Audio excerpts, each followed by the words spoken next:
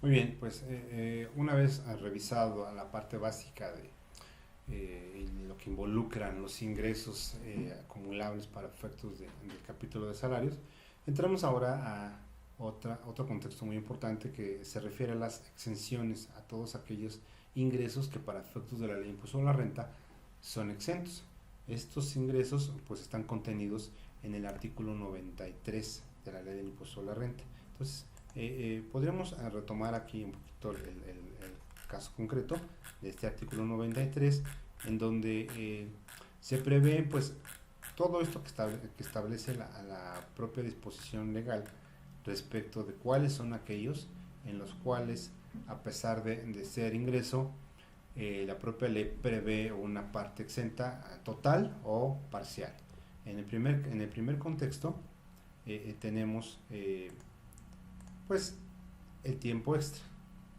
Tiempo extra pues y algunas prestaciones adicionales al salario mínimo o que se prestan en días de descanso sin sustitución y que pues nos establecen hasta los límites señalados en la ley del trabajo. En estos primeros dos numerales realmente lo que podemos identificar es que la ley del impuesto de la renta prevé en este artículo 93 en su primer fracción varios supuestos. En el primer caso se trata de pues aquellas prestaciones distintas del salario que perciban los trabajadores.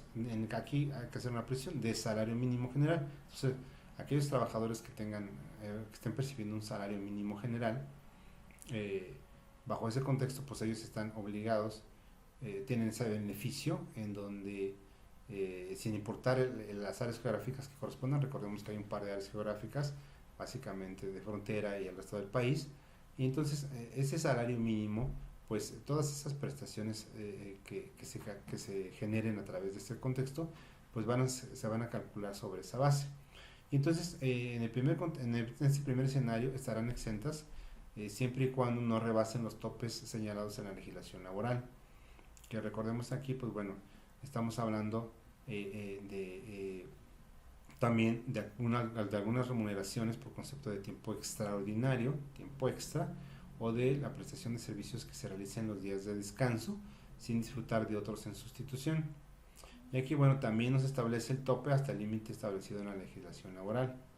Y pues bueno, eh, este primer contexto, pues recordemos que en la Ley Federal del Trabajo, pues se establece justamente que pues no se debe exceder ciertos límites para efectos de este contexto. Entonces vamos a revisar cuáles son esos topes en donde la propia ley nos establece el supuesto correspondiente al respecto. Entonces, en la parte digamos, capítulo que tiene que ver con pues las jornadas de trabajo, nos encontramos aquí que pues se establece que la propia ley dispone en algunos supuestos donde las jornadas pueden prorrogarse por algunas horas más. Sin embargo, las circunstancias extraordinarias que ocurrieron para efectos de prolongar la jornada de trabajo, pues nunca deben exceder de 3 horas diarias ni de 3 veces a la semana. Entonces este artículo 66 nos establece esa situación. Evidentemente las horas de trabajo extraordinario se pagan, como ya comenté hace rato, un 100% más del salario que corresponde a las horas de la jornada.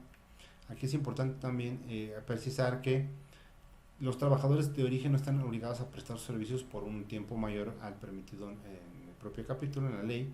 Sin embargo, esa prolongación de tiempo, cuando exceda de 9 horas a la semana, pues obliga al patrón a pagar al trabajador el tiempo excedente con un 200% más, lo que le llamamos el salario triple de ese salario que corresponde a las horas de la jornada, sin perjuicio de que pudiera ser sancionado por exceder, por obligar a los trabajadores a trabajar en horarios superiores a los que marca la propia ley.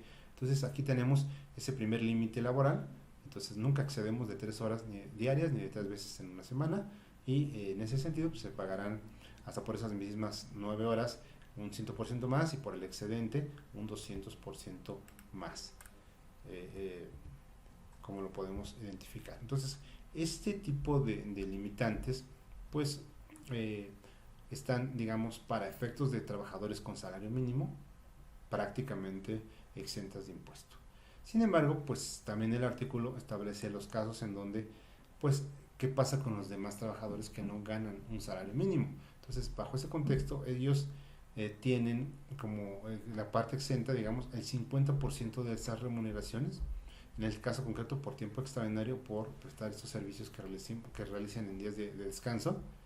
Esos ingresos se pagarían, digamos, pagarían impuesto hasta solamente el 50%. Sin embargo, viene un tope.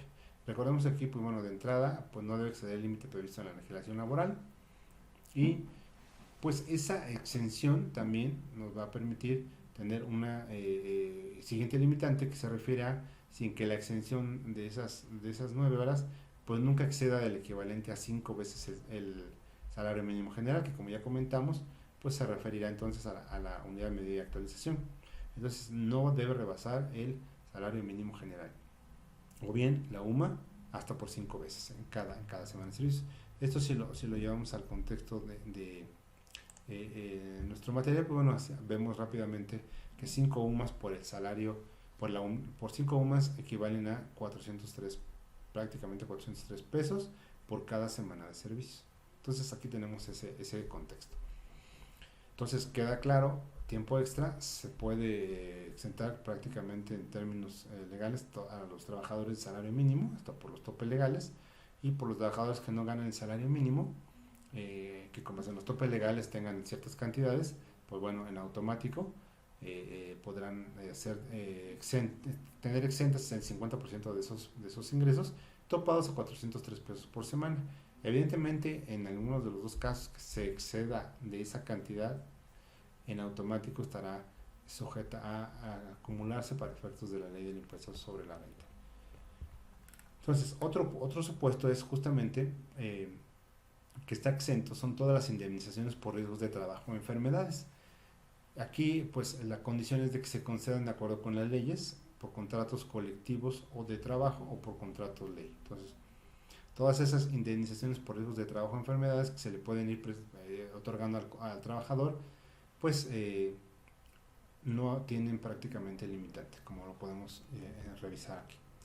Otra exención importante relacionada con salarios, pues son las jubilaciones y pensiones, haberes de retiro, así como pensiones vitalicias y otras formas de retiro, pues provenientes de la subcuenta de retiro o de la subcuenta de retiro se entiende de avanzada y vejez prevista en la ley del Seguro Social, o bien pues de las cuentas provenientes del mismo sistema, pero en este caso de la ley del Instituto de Seguridad y Servicios Sociales de los Trabajadores del Estado, el ISSSTE, en los casos de invalidez, capacidad, cesantía, vejez, retiro y muerte.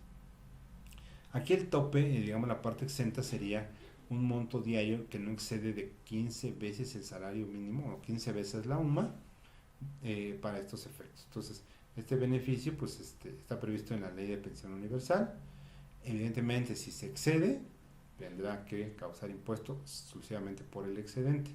Entonces tenemos para efectos de jubilaciones, pensiones, haberes de retiro y pensiones vitalicias 15 veces el salario mínimo o 15 veces la UMA.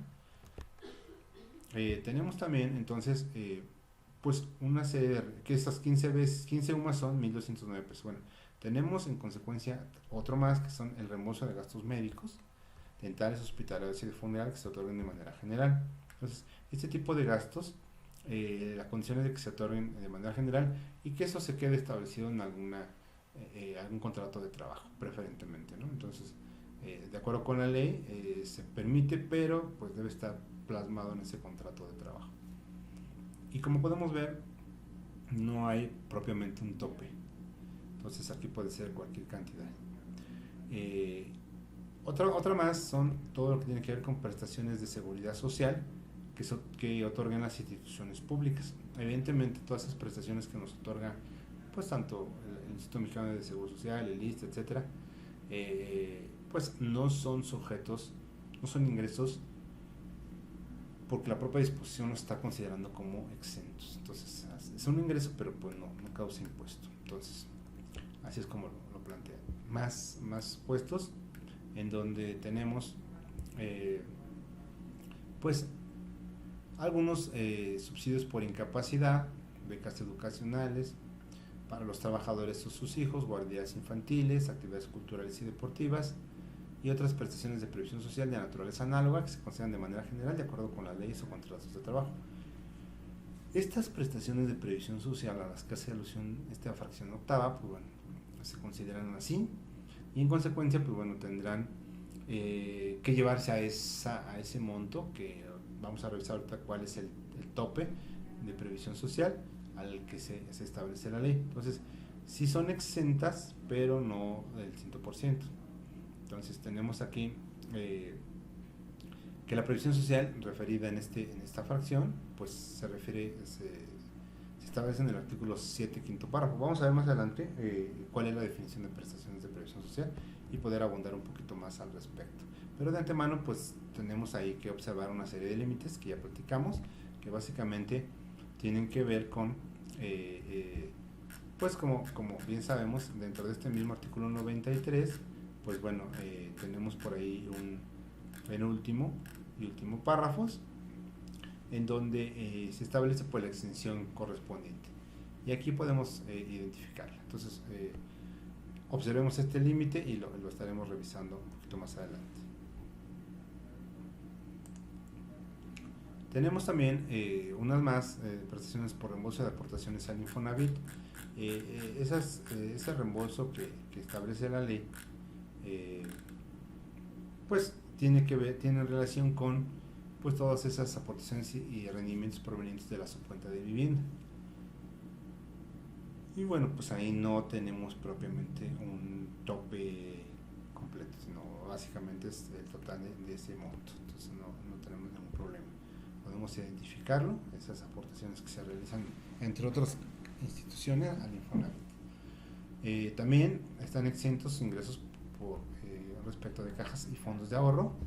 Entonces todas aquellas cajas y fondos, cajas de ahorro de trabajadores y de fondos de ahorro, pues que establecen las empresas para beneficio de los mismos, pues siempre tienen que cumplir una serie de requisitos de deducibilidad en términos del título 2. Esas cajas y fondos de ahorro, pues bueno, podemos observar que pues en el caso de la propia ley del impuesto sobre la renta, tenemos algunos supuestos, estaremos revisándolos más adelante en uno de los ejemplos que tenemos aquí previstos. Pero bueno, de antemano, la cantidad que corresponda a estos ingresos estarán exentos. ¿Qué más? La cuota de seguridad social de los trabajadores pagada por los patrones. Entonces, hay ciertos patrones que pues como prestación otorgan esa cuota, bueno, pues esa cuota de seguridad social que correspondería originalmente a los trabajadores, que sea pagada por los patrones, pues bueno, tendrá esa exención. Es muy común verlo aquí, por ejemplo, por disposición de ley, que la cuota que debería cubrir un trabajador de salario mínimo, pues bueno, es una de las cajas que se refiere a esta disposición. Tenemos también, como habíamos platicado en el primer párrafo de ese artículo 94, donde se separan los ingresos, digamos, que todavía están derivados de una relación laboral y de otros en donde ya la relación laboral ha terminado, pero pues al final del día se refirió o se derivaron de esa relación laboral. Entonces aquí lo que se está exentando pues es personas pues bueno que hayan en su momento estado sujetas a una relación laboral, pero que en el momento de su separación pues tienen una serie de percepciones, como son primas de antigüedad, primas de retiro o bien indemnizaciones u otros pagos que se obtengan de la cuenta del seguro de retiro propias de la ley del seguro social y también de otras disposiciones. Aquí, ¿cuál es el monto máximo que se tiene exento? Pues bueno, el equivalente hasta 90 veces el salario mínimo general de la geográfica contribuyente por cada año de servicio. Entonces, 90 UMAS, como lo planteamos acá en el caso del material, 90 UMAS pues equivalen a 7,254 pesos. Y entonces ese monto pues es el tope, digamos, exento que se tiene en ese tipo de percepciones. Pero por cada año. Cabe apuntar aquí que toda fracción de más de 6 meses que corresponda a un año completo, pues podrá utilizarse como tantos. Al menos 6 meses implicaría más un año más. Entonces aquí tener cuidado cuántos son los años y meses que tiene el trabajador para identificar el monto máximo que tiene por la parte de extensión respecto de estos pagos por separación. Tenemos también pues algunas gratificaciones. Pues aquí es muy común que algunas gratificaciones se den durante el año de calendario. Y pues bueno, la exención que se tiene es hasta el equivalente a un salario mínimo, pues del trabajador elevado a 30 días. Entonces 30 veces el salario mínimo o 30 UMAS, pues es el equivalente a lo que se tiene en este supuesto. Ahora bien, siempre y cuando esas gratificaciones se otorguen de manera general. Pero también tenemos primas vacacionales que se otorgan en los patrones durante el año de calendario a sus trabajadores en forma general. Entonces, lo que son primas vacacionales y la participación de los trabajadores en las utilidades, en ambos casos tenemos hasta el equivalente a 15 días a 15 veces el salario mínimo o 15 UMAS. En este caso se refiere a cada uno de ellos, es decir, 15 para la prima vacacional y 15 para la PTU, ¿sale?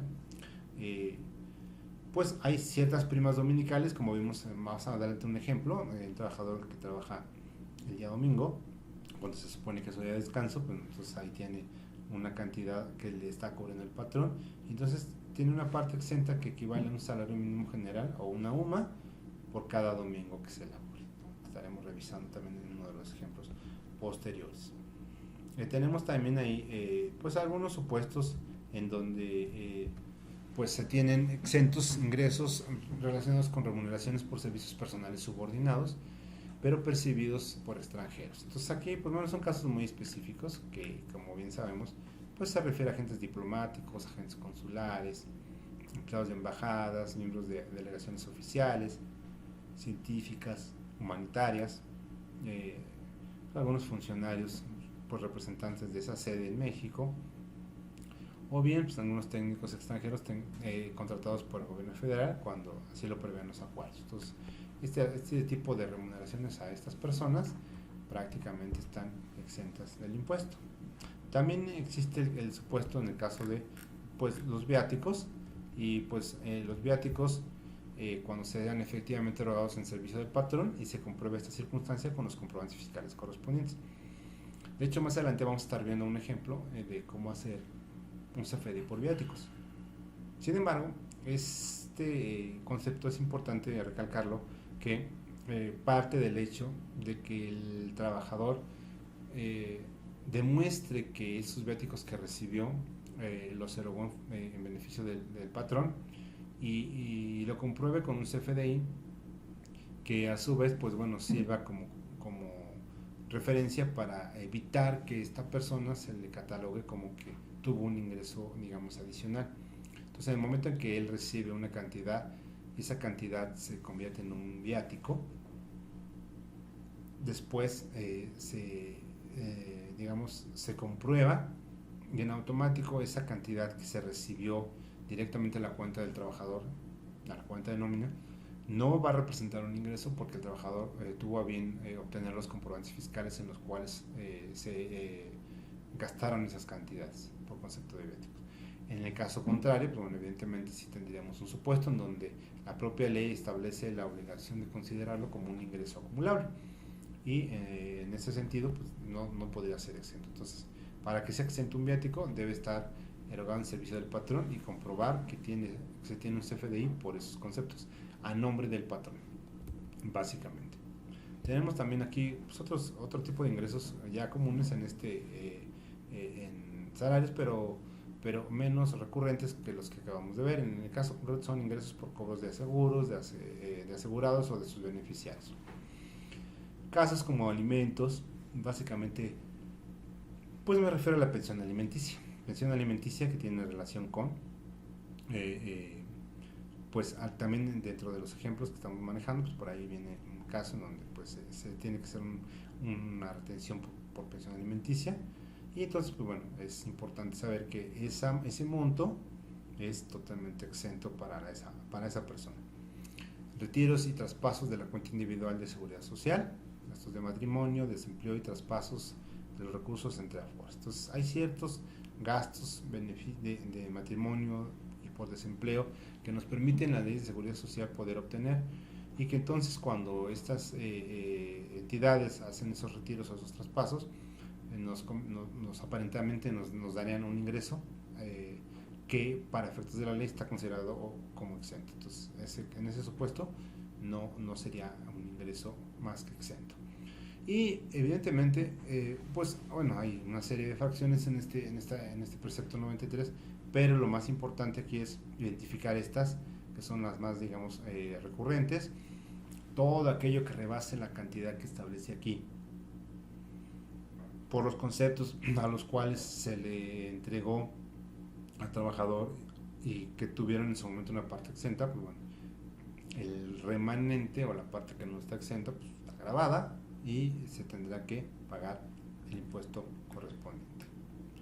Pues bien, para esos efectos tenemos que empezar a revisar algunos ejemplos y irle dando algunos contextos a lo que ya hemos platicado, tanto de la parte, digamos, teórica como la parte práctica planteada en el caso concreto del ejemplo que estaremos revisando.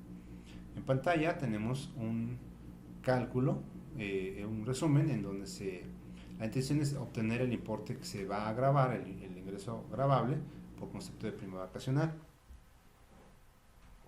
Hay un par de empleados que tenemos, que es Ricardo y Fer. En el caso de Ricardo, pues bueno, es un empleado que estuvo desde el 1 de enero del año 2000 y hasta el 31 de diciembre del año 2018. Entonces, tiene 18 años cumplidos en la empresa. Entonces, estuvo prácticamente el último año, los 12 meses, y entonces, pues, a considerar los días del mes, pues se tiene en consecuencia, pues, cuáles son los días que se deben considerar en el año. Bueno, aquí esos datos básicos nos van a permitir identificar que, bueno, esos días en los que estuvo, su salario mensual, como se trata de uno de los trabajadores, digamos, de más alto rango, pues no tiene 65,000 pesos mensuales, y en este ejemplo, pues bueno, su salario diario base es de 2,166. Pues se trata aquí, pues, de prácticamente 18 años cumplidos, y en función de ello, pues los días proporcionales, al haber estado a todo el ejercicio del 1 al 31, en el caso concreto de 2018, pues se tiene una cantidad en días proporcionales, digamos, de la totalidad. Los 18 días prácticamente son los que se le deben de considerar. Entonces, esos 18 días de vacaciones, pues bueno, se tiene por ahí una cantidad de 39,000 pesos por concepto de vacaciones, que en este caso recordemos que el planteamiento del ejemplo nos decía que la prima vacacional para efectos de salario de trabajadores no sindicalizados implicaba el 40% de ese beneficio, lo cual nos va a dar como consecuencia una prima vacacional de 15,600.02 en el caso concreto de Rigo. Eso es importante identificar, que esos 15,600, pues bueno, van a sufrir un impuesto. Ese impuesto está identificado o está calculado, pues normalmente lo podemos calcular en términos del artículo 96. Sin embargo, no vamos a hacer vamos a darle un tratamiento adicional, un optativo, que involucra el cálculo de una retención que le pudiera ser más benéfica. En el caso concreto sería del artículo 174 del reglamento de la ley del impuesto sobre la renta. Aquí es importante recordar que el reglamento de la ley del impuesto sobre la renta, en este artículo 174, pues nos prevé un procedimiento alternativo respecto de lo que establece la ley. La intención de este cálculo alterno es identificar que se tiene o que se podría tener un beneficio mayor. Comúnmente ocurre, entonces, pero no se puede saber hasta no identificar el cálculo, no hacerlo y poder hacer la comparación de ambos impuestos. En el caso concreto del 174, siempre lo estaremos utilizando, no solo ahorita en prima vacacional, sino en otras prestaciones que estaremos viendo a lo largo del curso, pero en particular va referido a remuneraciones por concepto de gratificación anual, lo que serían aguinaldos, PTU, primas dominicales y primas vacacionales. Entonces, cuando estemos hablando de esos cuatro supuestos, durante el curso estaremos revisando prácticamente PTU y prima dominical y vacacional. Estaremos aplicando alternativamente este artículo 174 para poder beneficiar un poco más al trabajador. ¿En qué consiste este cálculo? Básicamente lo que pretende es primero obtener una remuneración concreta, en este caso, pues dividir el monto del caso concreto de la prima vacacional entre 365 y multiplicar el resultado por 30.4. Entonces, vamos a ir viendo un ejemplo, pero aquí lo que pretende este artículo es básicamente obtener un impuesto del ingreso común, sumándole, en este caso, la prima vacacional, ingreso ordinario, digamos, sumándole la prima vacacional y obtener un impuesto. Y después calcular el impuesto respecto de solo la percepción mensual tradicional. Esto nos va a dar como consecuencia que la diferencia sea prácticamente el impuesto que involucra el caso concreto de la prima vacacional. Y en consecuencia obtener derivado de ese impuesto y dividirlo entre el ingreso que lo generó, pues básicamente una tasa efectiva de impuesto que al multiplicarla por el correspondiente la correspondiente remuneración o prima vacacional, pues da como resultado un impuesto, digamos, un poco más ajustado. Entonces, ¿qué dice entonces nuestro material y nuestro ejemplo? Pues básicamente partimos de esos 15.600, que como vimos es lo que le corresponde por concepto de prima vacacional al trabajador FER. En este caso, ese monto de prima vacacional, recordemos que ya vimos el artículo 93, hay una parte de prima vacacional exenta que se refiere a 15 UMAS, entonces las 15 UMAS pues arrojan 1.209 pesos, entonces al hacer esa diferencia nos da como consecuencia pues la prima vacacional gravada, que es de 14.391. Entonces esa la vamos a dividir entre los días del año para obtener una prima vacacional, digamos, diaria. Pero recordemos que esta es la gravada. Ahora bien, si lo multiplicamos por el promedio de días de promedio del mes, pues que son los 3042 que platicaba el reglamento, pues bueno, entonces obtendremos una prima vacacional gravada de acuerdo al 174 por 1.199. Entonces tenemos ya ese monto, digamos, grabado, y también vamos a identificar entonces pues cuál es el ICR mensual por la percepción de la prima vacacional. Entonces tenemos nuestra lámina pues que este trabajador, su salario normal es de 65,000 pesos. La prima vacacional grabada involucra el cálculo que recién hicimos por los 1.199 y entonces hacemos una sumatoria de esos conceptos que nos da 66.199. Esto involucra entonces que si le pasamos la tarifa del artículo 96 a esos 66.199, nos va a dar como resultado un ICR a cargo por 15.569. ¿Qué decíamos? Bueno, ya tengo el ICR del salario y de la prima vacacional, que es lo que le estoy agregando. Ahora voy a determinar el ICR exclusivamente del monto del salario, cuál es su ICR, digamos, tradicional. Y nos da como consecuencia 15.209. Al hacer un comparativo entre esos dos montos, pues para identificar cuál es la diferencia, obtenemos 359 pesos de diferencia. Esa la dividimos entre la prima vacacional grabada, que como ya habíamos obtenido era de 1.199. Eso nos da como consecuencia que esa prima vacacional grabada esté en, digamos, en posibilidades de tener una tasa efectiva de ICR del 30%. Y entonces, bajo ese contexto, lo que solicita el artículo es, oye, tienes ya el monto de la prima vacacional grabada, 14.391, como comentamos y habíamos determinado previamente. A esa multiplícala por la tasa efectiva de retención, que en este caso es del 30%. Eso nos va a dar como consecuencia un ICR a retener de acuerdo con el artículo 174 en 4.317.31.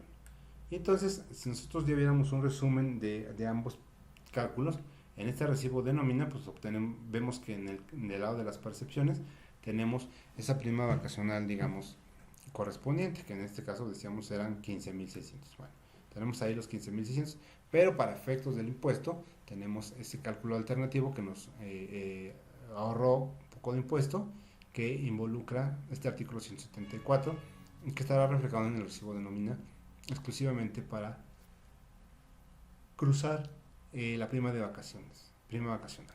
Eso es lo que tenemos que cruzar.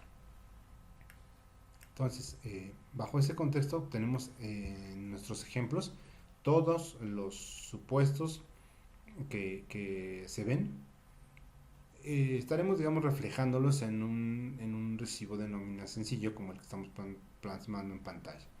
Ese recibo exclusivamente vamos a remarcar en rojo los conceptos que estamos ahorita revisando sin importar los demás. Vamos a revisar exclusivamente esos para estos efectos. Entonces, tenemos en resumen que esa prima vacacional pudo haber pagado un impuesto de 15,629 junto con, como lo podemos ver, junto con mi salario, digamos, tradicional. Sin embargo, la oportunidad que me da de tener este beneficio, de no pagar una diferencia que pudiera no ser tan importante, pero pues que dependerá mucho de todo lo que se esté calculando, que al final del día involucra un monto menor a pagar. Podemos ver aquí, en el caso concreto, primero pues decíamos el caso de Ricardo, es el caso de Ricardo, y pues más adelante tenemos otro caso que básicamente involucra el mismo supuesto, pero en este caso pues se trata de un trabajador, si recordamos, no sindicalizado, en el caso de Fer. Y bueno, él ya lleva 18 años cumplidos, y pues bueno, en permanencia de los últimos meses, de los últimos 12 meses, bueno, si estuvo todos los 12 meses, pues ahí nos da como consecuencia que ese salario mensual que él percibe, pues prácticamente nos dé una proporción, digamos, del 1%, es decir, los 18 días a los que tiene derecho en prima vacacional son los mismos que se le estarán considerando. Eh, para esos efectos, bueno, pues esos 18 días, pues que ya los multipliquemos por el salario, pues nos dan como consecuencia los 5,999, que es básicamente el monto de sus vacaciones. Y recordemos que este trabajador tiene, al ser un trabajador no sindicalizado, solo el 40% de prima vacacional disponible. Al respecto, pues nos arroja una prima vacacional de 2,399. Esos 2,399 nuevamente nos estaremos sometiendo a la tarifa o al cálculo alternativo del artículo 174 del reglamento del impuesto a la renta. Y como podemos ver en pantalla, este monto, 2,399 menos esa prima vacacional exenta, que son 15 UMAS, pues nos da como resultado la gravada. Y hacemos el mismo procedimiento, dividimos entre los días del año y lo multiplicamos por el número de días del mes para identificar la prima vacacional gravada de acuerdo a este artículo. Posteriormente, nuevamente hacemos el cálculo de ese monto, esa prima vacacional gravada, se la sumamos al último sueldo que tenga el trabajador, su salario tradicional, y eso nos da como consecuencia que lo llevemos a la tarifa. Esta tarifa nos arroja, en el caso concreto, un impuesto de 929 pesos. Posteriormente hacemos el cálculo de cuánto sería de ese monto de salarios que paga tradicional, pues el impuesto a la renta del artículo 96, que básicamente serían 912 pesos. Entonces, aquí traemos una diferencia entre lo que tendríamos como ICR a cargo con la percepción de la prima, es decir, utilizando el artículo del reglamento, y contra el ICR a cargo por salarios respecto de lo que prevé la disposición. Aquí hay una diferencia de 17 pesos. Y la prima vacacional grabada, entonces, de 99,25 pesos. Y pues una vez que tenemos esto, podemos multiplicarlo por o la tasa efectiva del ICR. Esta diferencia que se obtiene para generar la tasa efectiva, pues bueno, insisto, es un poco más socorrida, dado que